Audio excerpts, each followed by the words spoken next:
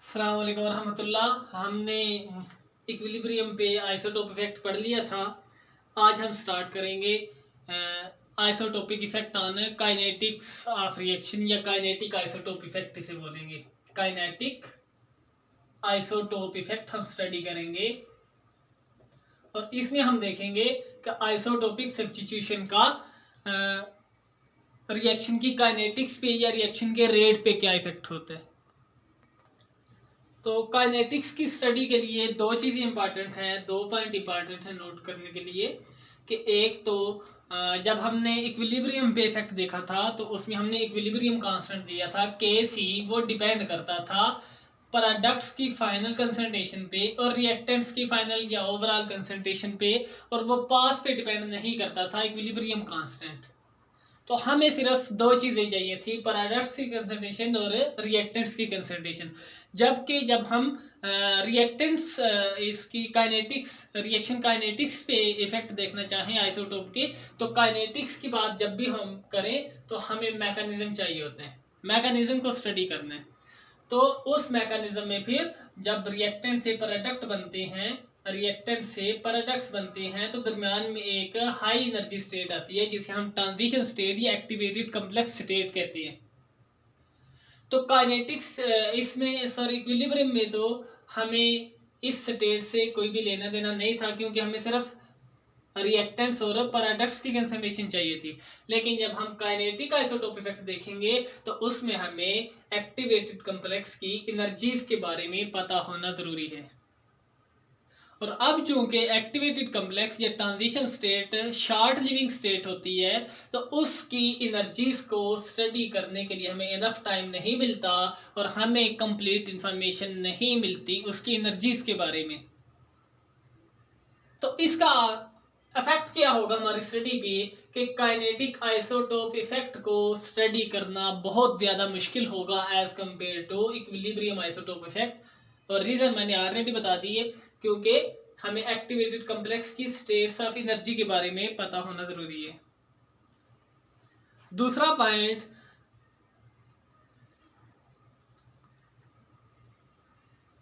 Second point ये है कि चूंकि हमें इक्विलिब्रियम में तो सिर्फ रिएक्टेंट्स और प्रोडक्ट्स चाहिए थे और रूट का हमें कोई भी फर्क नहीं पड़ता था, जिस मर्जी रूट से कोई रिएक्टेंट प्रोडक्ट में कन्वर्ट हो उसका इफेक्ट इक्विलिब्रियम पे नहीं होता।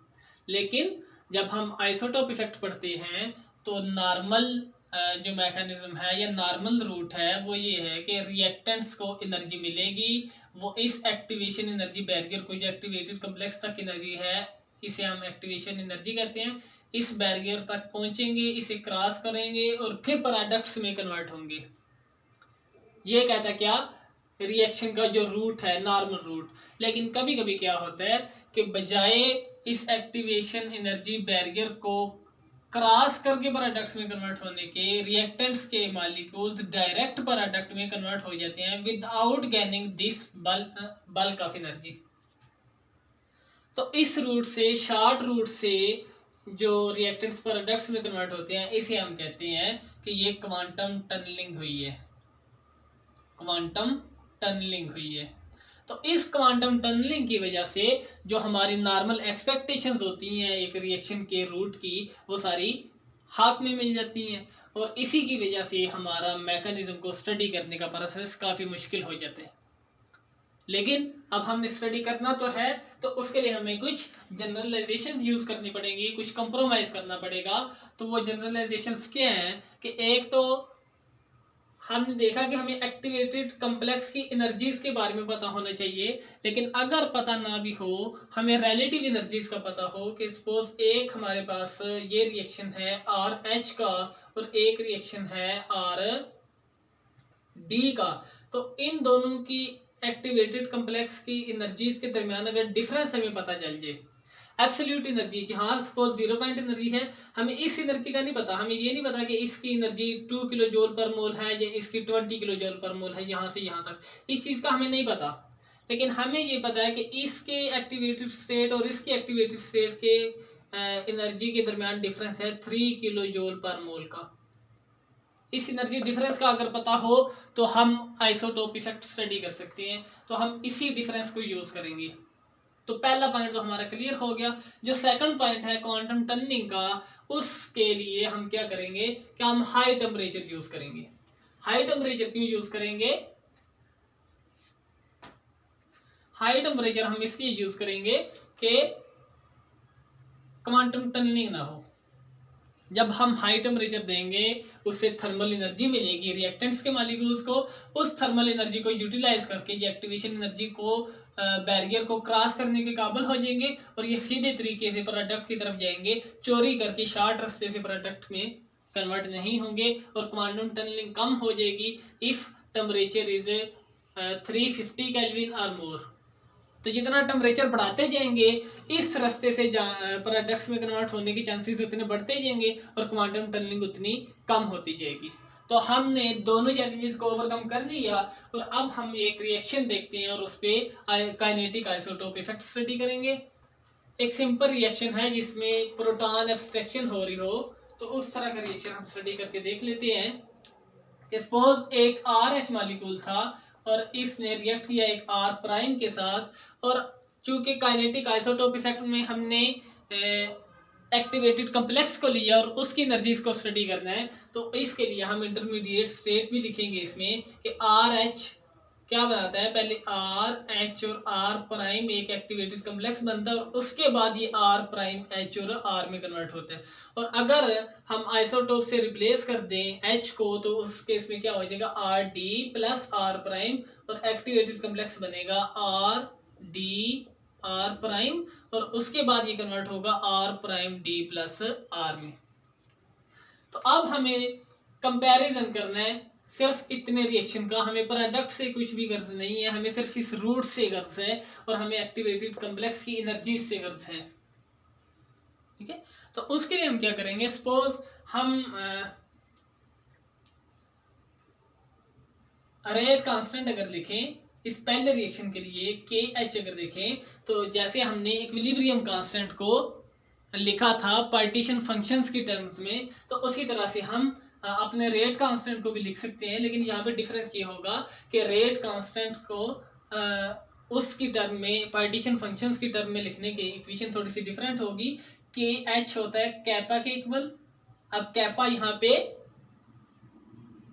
कांस्टेंट है, ट्रांसमिशन कांस्टेंट है, जिस रेट पे H इस मॉलिक्यूल से यहाँ इसके साथ अटैच हो रहा है, इसे हम ट्रांसमिशन प्रोसेस कहते हैं या ट्रांसफर प्रोसेस कहते हैं। प्रोटॉन ट्रांसफर है या प्रोटॉन एब्स्ट्रैक्शन है, तो इसके रेट को डिटरमाइन करता है ये वाला कांस्टेंट कैपा।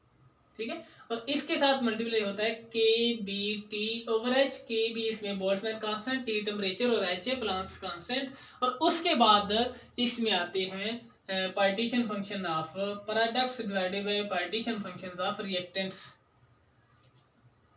तो इस केस में प्रोडक्ट हमारा ये एक्टिवेटेड कॉम्प्लेक्स है, क्योंकि हमने सिर्फ यहाँ तक का रिएक्शन पढ़ना है। तो अब एक्टिवेटेड कॉम्प्लेक्स के पार्टीशन फंक्शंस कौन कौन से होंगे। पॉलीएटॉमिक मॉलिक्यूल है, तो पॉलीएटॉमिक मॉलिक्यूल में ट्रांसलेशनल मोशन भी होगा, रोटेशनल मोशन भी होगा, वाइब्रेशनल मोशन भी होगा और इसका इलेक्ट्रॉनिक एनर्जी का भी पार्टीशन फंक्शन होगा।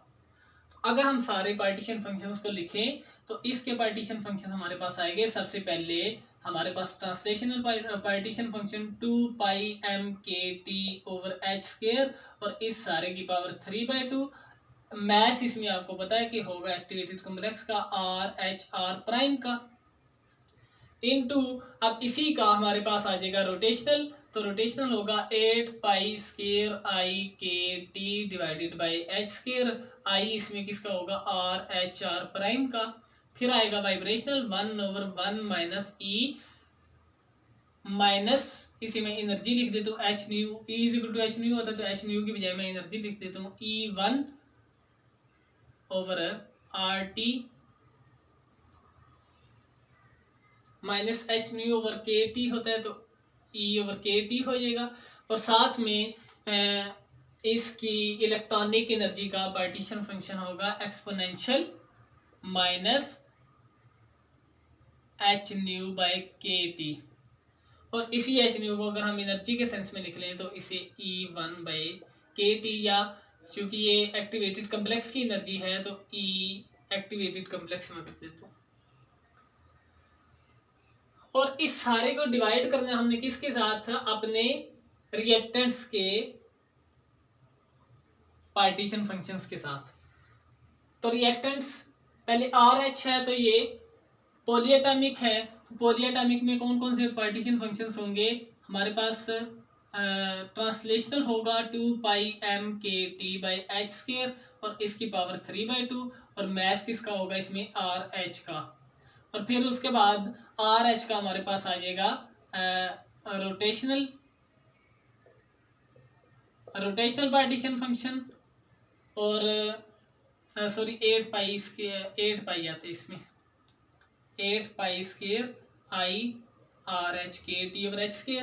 और उसके बाद आएगा इसका वाइब्रेशनल पार्टीशन फंक्शन, तो 1/1 - एक्सपोनेंशियल -E2/RT KT।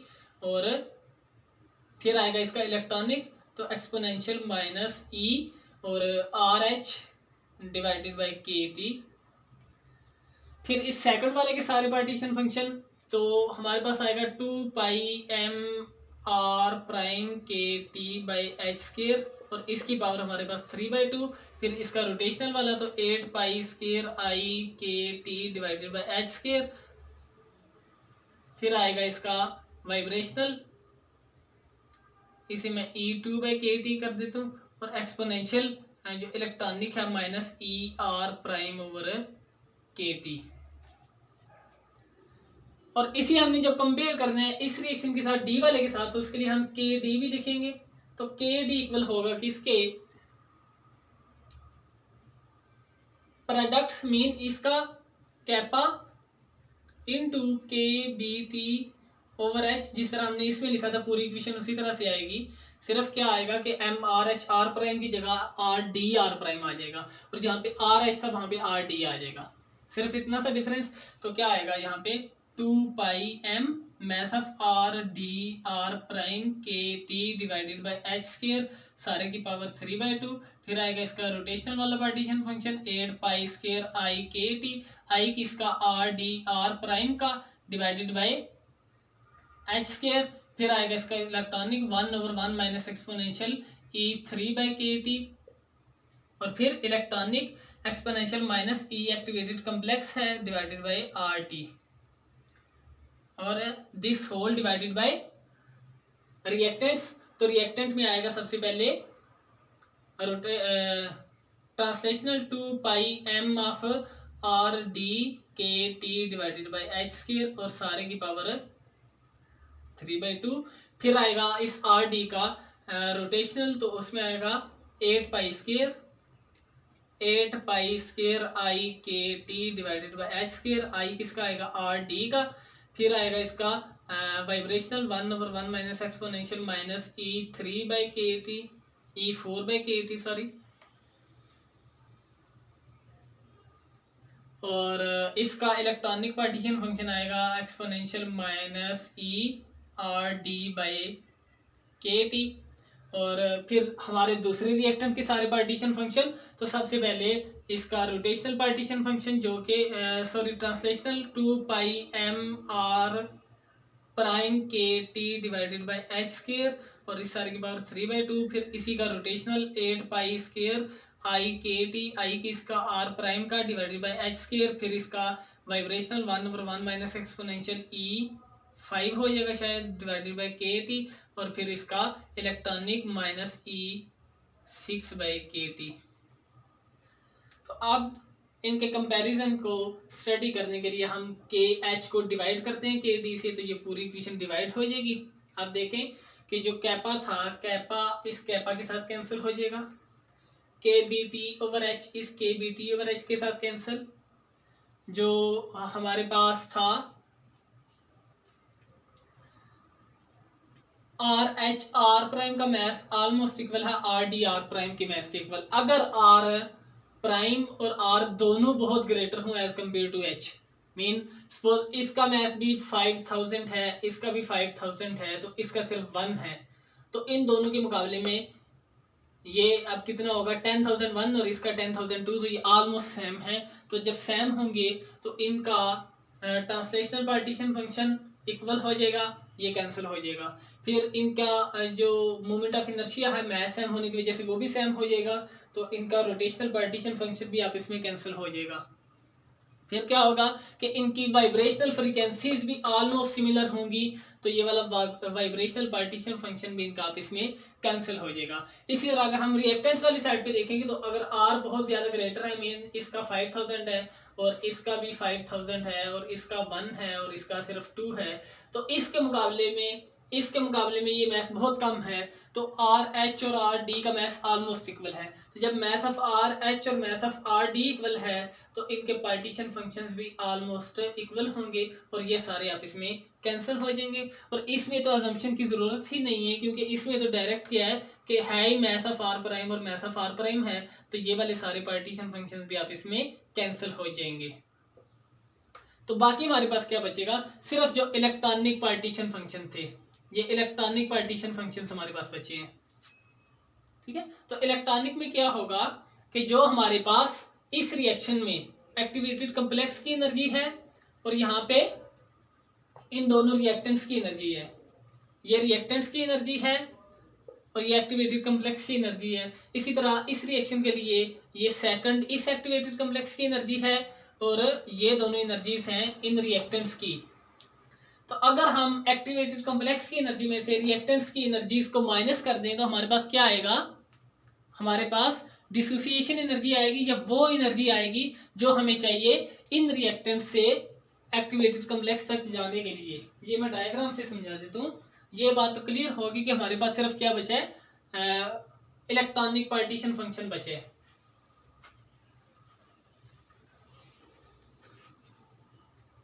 तो हमारे पास जो K H divided by K D है ये इक्वल है किसके, exponential energy of activated complex divided by K T divided by इसके रिएक्टेंट्स की एनर्जी थी ई, माइनस भी है इसके साथ R H by K T और एक्सपोनेंशियल माइनस ई कौन सी R prime E R prime divided by K T, और ये सारा डिवाइड हो रहा है किसके साथ, इसकी energy exponential minus E activated complex divided by K T divided by exponential minus E R D divided by K T exponential minus E R prime divided by K T. तो अब R prime divided by K T और R prime divided by K two आप इसमें cancel हो जाएंगे और बाकी क्या बचेगा हमारे पास, एक्टिवेटेड कॉम्प्लेक्स की एनर्जी माइनस ये वाली एनर्जी। इसे अगर हम सिंप्लीफाई करें तो इस साइड पे आ जाएगा ई माइनस, अगर हम कॉमन ले लें तो हमारे पास बचेगा activated complex minus energy of R H divided by K T और डिवाइडेड बाय इस साइड पे बचेगा एक्सपोनेंशियल, मैं थोड़ा सा इसे सिंप्लीफाई कर देता हूँ, माइनस ई एक्सपोनेंशियल और साथ होगा एक्सपोनेंशियल इसका प्लस एनर्जी नीचे माइनस के ऊपर जाके प्लस हो जाएगी, plus E of are D divided by K T है ये और ये भी डिवाइडेड बाय के टी है। उससे नेक्स्ट स्टेप में हम क्या करेंगे कि R D minus one over के टी, माइनस वन ओवर के टी को हम कॉमन ले लें, माइनस वन ओवर के टी को कॉमन ले लें, या उससे भी पहले हम क्या करेंगे कि चूंकि बेसिस सेम है तो एक्सपोनेंट्स दोनों के आपस में प्लस हो जाएंगी, तो इसे कैसे लिख देंगे, एक्सपोनेंट माइनस ई बाई के टी और plus E R D by के टी, और अगर माइनस ले लें कॉमन तो यहाँ पे दरम्यान में आ जाएगा माइनस, और फिर के टी चूंकि कॉमन है तो के टी को कॉमन ले लें तो वन बाई के टी, तो आंसर हमारे पास क्या आता है, एक्टिवेटेड कॉम्प्लेक्स की energy minus E R D. तो इसी तरह हमने लिखा था एक्टिवेटेड कॉम्प्लेक्स की energy minus E R H.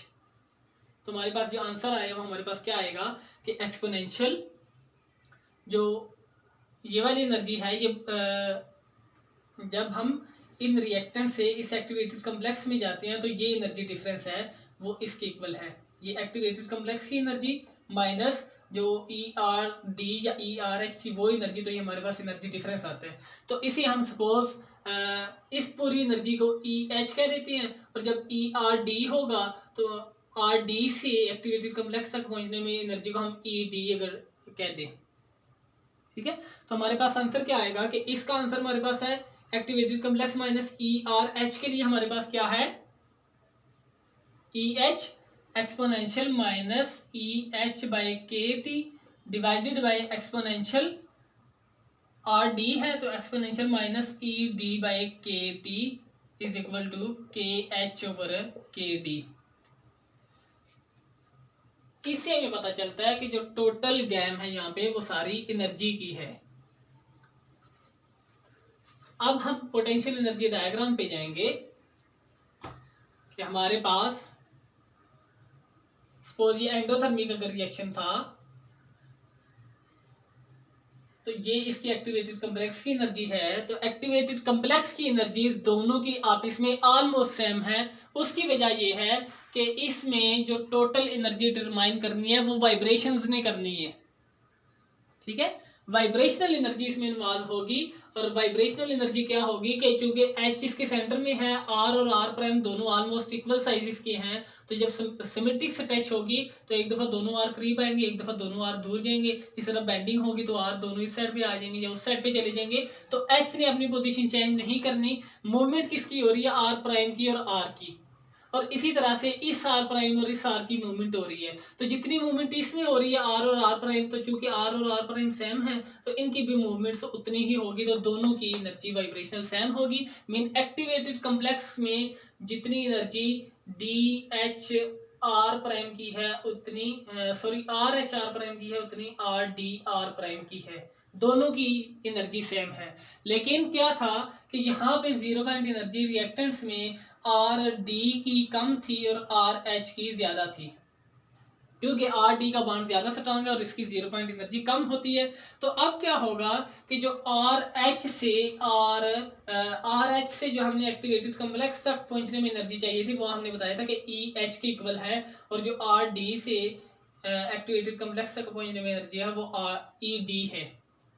तो चूंकि ED का मैग्नीट्यूड यहाँ पे बड़ा है, तो अगर हम इस इक्वेशन को सिंप्लीफाई करें तो KH divided by KD is equal to exponential minus EH by KT, और एक्सपोनेंशियल ये वाली टर्म ऊपर जाके प्लस हो जाएगी प्लस ED बाय KT।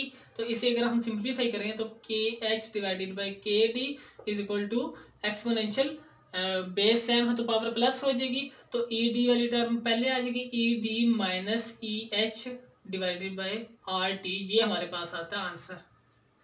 तो अब अगर ED की वैल्यू ग्रेटर हो एज कम्पेयर टू EH तो ये वाली पूरी टर्म पॉजिटिव आएगा, और एक्सपोनेंशियल जब भी पॉजिटिव आएगा तो इसका आंसर अब 1 से ग्रेटर हो जाएगा।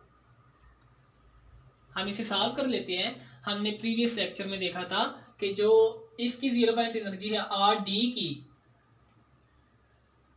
की जीरो पॉइंट एनर्जी 12.9 थी और RH की जीरो पॉइंट एनर्जी 17.4 थी। तो हमने एनर्जी डिफरेंस चेक करना है इन दोनों में। सपोज इसके लिए जो भी एनर्जी चाहिए, RH को एक्टिवेटेड कॉम्प्लेक्स तक पहुंचने के लिए जो भी एनर्जी चाहिए उससे RD को ज्यादा एनर्जी चाहिए। कितनी ज्यादा एनर्जी चाहिए, जितना इन दोनों एनर्जी लेवल्स के दरमियान यहाँ पे डिफरेंस है। तो ये डिफरेंस कितना है, 17.4 माइनस 12.9, तो ये हमारे पास कितना बनता है, 14 में से 9 निकालेंगे तो 5, 16 में से 12 निकालेंगे तो 4, ये 4.5 किलो जूल पर मोल का डिस्टेंस है। ये हमारे पास KT है, E/KT, ये हमारे पास पर बॉन्ड है। अगर हम इसे पर मोल में कन्वर्ट करना चाहें तो KB के बजाय हम क्या कर देंगे, Na से मल्टीप्लाई करेंगे, इस टर्म को Na से मल्टीप्लाई करेंगे, एनर्जी को Na से मल्टीप्लाई करेंगे। तो जब Na के साथ मल्टीप्लाई करेंगे तो Na/K इज इक्वल टू क्या होता है, R, ठीक है। तो फिर पर मोल के लिए यहाँ पे RT हो जाएगा। और अब 4.5 किलो जूल पर मोल है इन दोनों की एनर्जी का डिफरेंस, जो एनर्जी चाहिए यहाँ। तो ED माइनस EH का आंसर क्या आएगा, E D minus E H हमारे पास आया ये 4.5, तो K H divided by K D is equal to exponential 4.5 kilo joule per mole divided by R की वैल्यू 8.3143 जोल पर केल्विन पर मोल। और अगर हम इसे लें सपोज 300 पे ले लेते हैं तो मल्टीप्लाइड बाई 300 केल्विन, 300 केल्विन। तो यहाँ पे ये वाला केल्विन इस केल्विन के साथ कैंसिल हो जाएगा, जोल से कैंसिल हो जाएगा, पर मोल से। लेकिन 4.5 के साथ किलो है तो ये एक्सपोनेंशियल 4500 हो जाएगा। 4500 डिवाइडेड बाई 8.3143 को हम मल्टीप्लाई करेंगे 8.3143 मल्टीप्लाइड बाई 300, तो ये आ जाएगा हमारे पास 2495 2495। या फिर एक्सपोनेंशियल 4500 को अगर हम अपने आंसर के साथ डिवाइड कर दें तो ये बनेगा 4500 डिवाइडेड बाई 2495,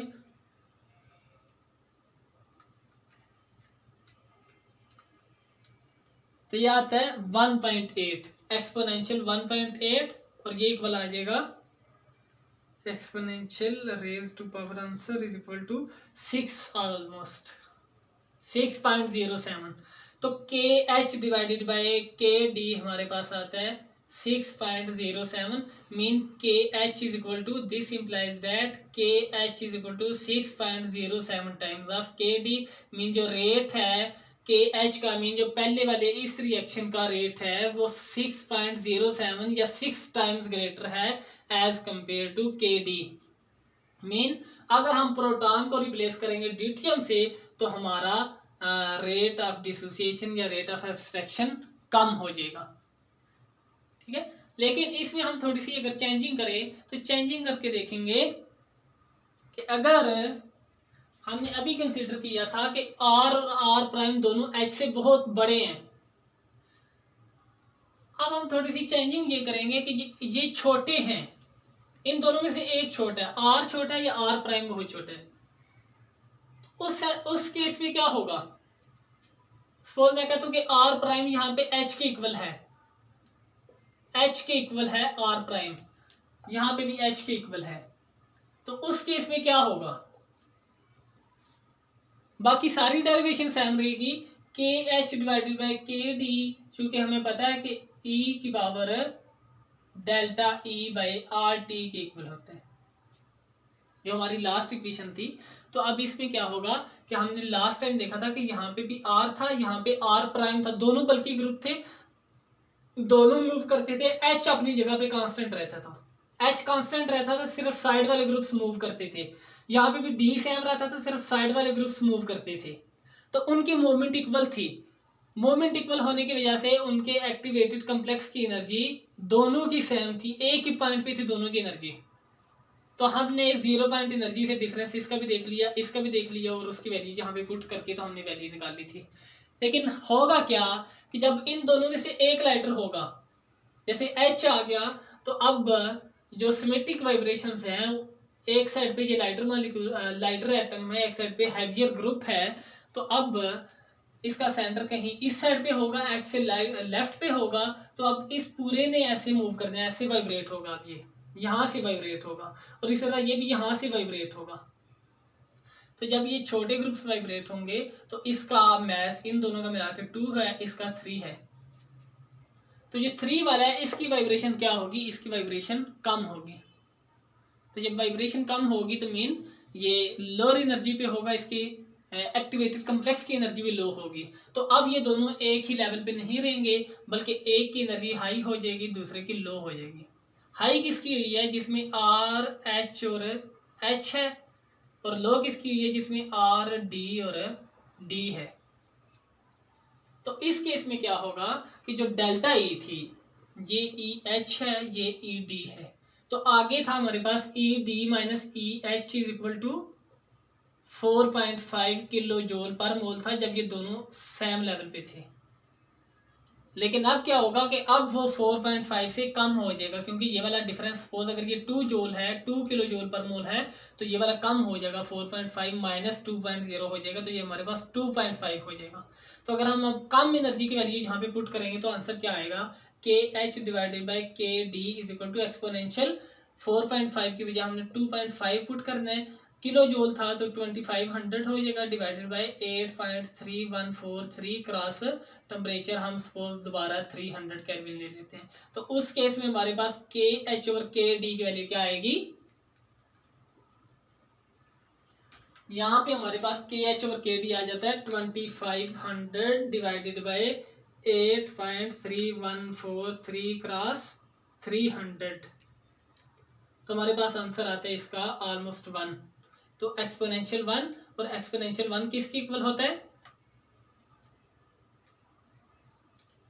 2.7 के इक्वल, 2.71। हाँ, ई की वैल्यू सिर्फ पुट करनी है तो वो 2.71 के इक्वल हो जाएगा।